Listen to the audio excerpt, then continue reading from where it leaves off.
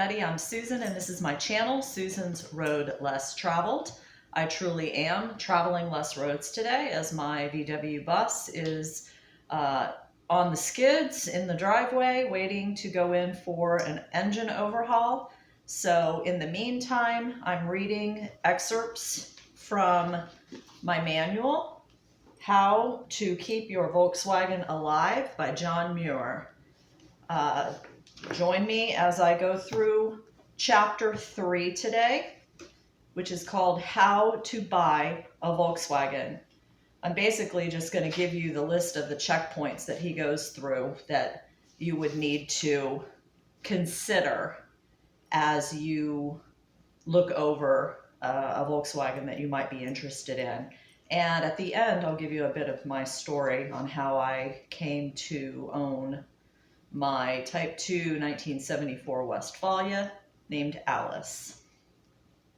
So this chapter can also be used to check your own car to determine whether you should keep it or if it is, in fact, time to start looking around for another.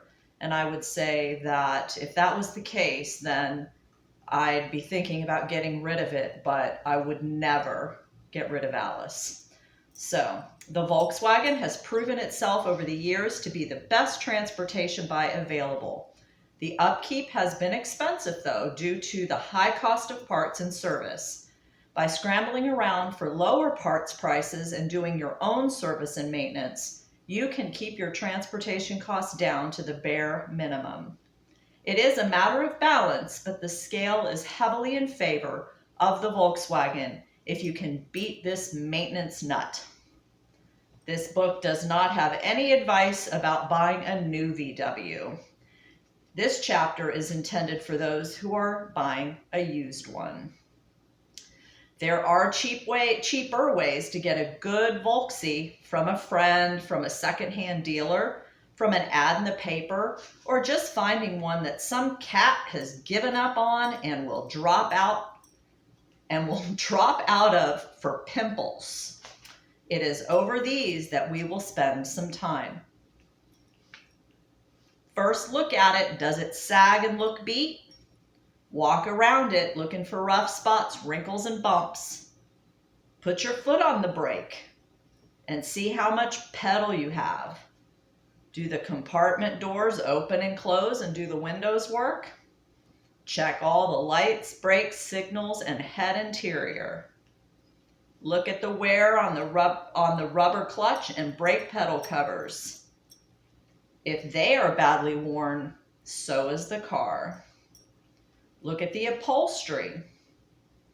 Open up the engine compartment. Is it clean? Remember that this is an air-cooled car, and cooling air comes through the engine compartment.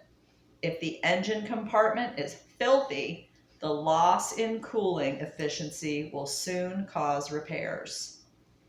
Look under the car where it's been sitting. Are there oil spots under the transmission or under the engine? Look at the bottom of the engine. Is it oily and dirty? Be cold. Be objective. You are macroscopically examining a possible new member of your family, and the choice is really yours. Now go to the left front wheel, get down on your knees and put both hands at 12 o'clock on the tire and push and pull to check for play. Now stand back up and look at it again. Does it stand with pride? Does it feel good to you? Would you like to be its best friend? Use your other senses. Sit in the driver's seat and scrunch your butt around. Hold the wheel and close your eyes and feel. Sammy, pay attention. You've spent 10 minutes and gotten your knees dirty and your hands, so now go wash your hands and let the data you've obtained soak through from your conscious to your subconscious and grok the car. If it is a bus, crawl around in the back and feel how it is to be back there. Look at the headlining. How long will it last? Have happy people been back here bawling and talking and laughing and living? If you were lucky, you were able to do all this without the owner or salesperson fast talking you. Now it says get away from the car or the owner or the salesman and go ponder. If you are checking out your own car, the following procedures will determine what it is worth. So a pre-purchase procedure notes that you need tools.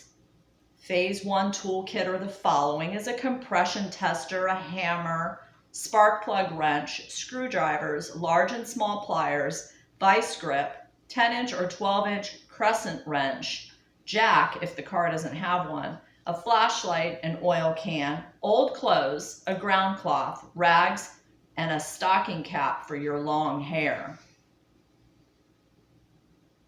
So I'm just going to read the title of each of the steps of what you're going to need, and if you want any explanation or further detail, comment below. So step 1, check the red generator and green oil lights. Engine off. Since 1969, both are red. Step 2, red and green lights with the engine running. Step 3, check the muffler and exhaust. Step 4, check brakes and driving qualities. Step 5, check the transmission. Step 6, check the differential. Step 7, excess engine noise and clutch. Step 8, check engine for heating. Step 9, check the compression. Step 10, compression test analysis. Step 11, jack up one side.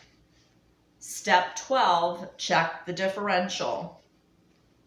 Step 13, check front end. Step 14, check the brake lining. Step 15, check the tire and wheel wells. Step 16, clean up. Step 17, fuel injection.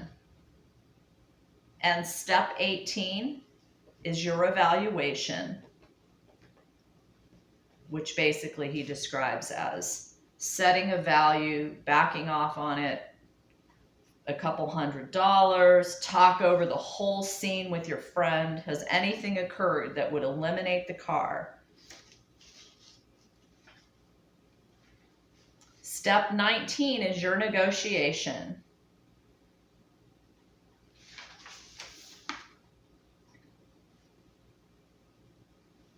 So all that being said, that's the end of chapter 3 as far as just the over highlights of the things that you would want to check when you were looking for a vehicle. And I can say without hesitation, I did none of these things when I bought Alice. I decided in 2011 that I wanted to see if there were any buses available that I could buy and would be able to afford. My family had a VW bus when I was in my elementary school age into just after high school. And so we drove back and forth across country for about 12 or so years. My dad was in the service. And my mother will tell you I absolutely hated it for that amount of time. And why would I want to buy another bus? But, you know, it was one of those wild hair moments that I got in 2011. So I found Alice on eBay, and I was a little hesitant about making a deal on eBay for something like that. So I just kind of sat and watched, and it did not sell. So I emailed the owner listed, and who was actually, he wasn't the owner that was listing it. It was a friend of a friend. And so I emailed that person and just said, you know, would you be interested in doing a side deal outside of eBay for a purchase. And so the answer was yes. I went through and I actually had to get financing. So I had to find a financing company to finance a classic car, which I did. And he explained that it was running and, it had its quirks and whatnot. But I did not look over the car whatsoever. And so I purchased it and paid to have it transported from Montana to Atlanta. And on July the 7th, 2011, the car showed up on a transport trailer, and pictures are running of my delivery and or the delivery and my acceptance of this vehicle off of the back of this transport trailer in the Target parking lot in a shopping center in Alpharetta, Georgia.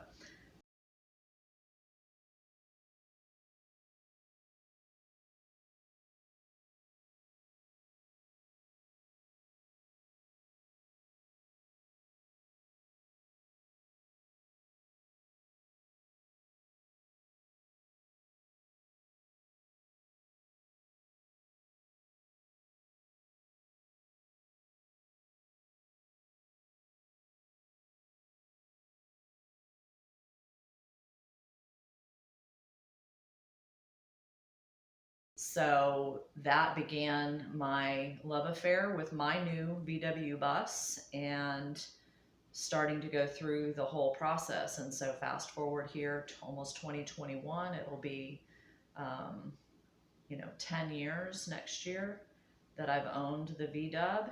And, I've gone through and am going through those quirky things that need to be fixed. But I never looked at it. I put relative little money into it, but have had some frustrating times on understanding what's been broken and what needed to get fixed. So that's my story. I'm sticking to it. Hope everybody's having a great day. And that's how you buy a Volkswagen. Have a good day.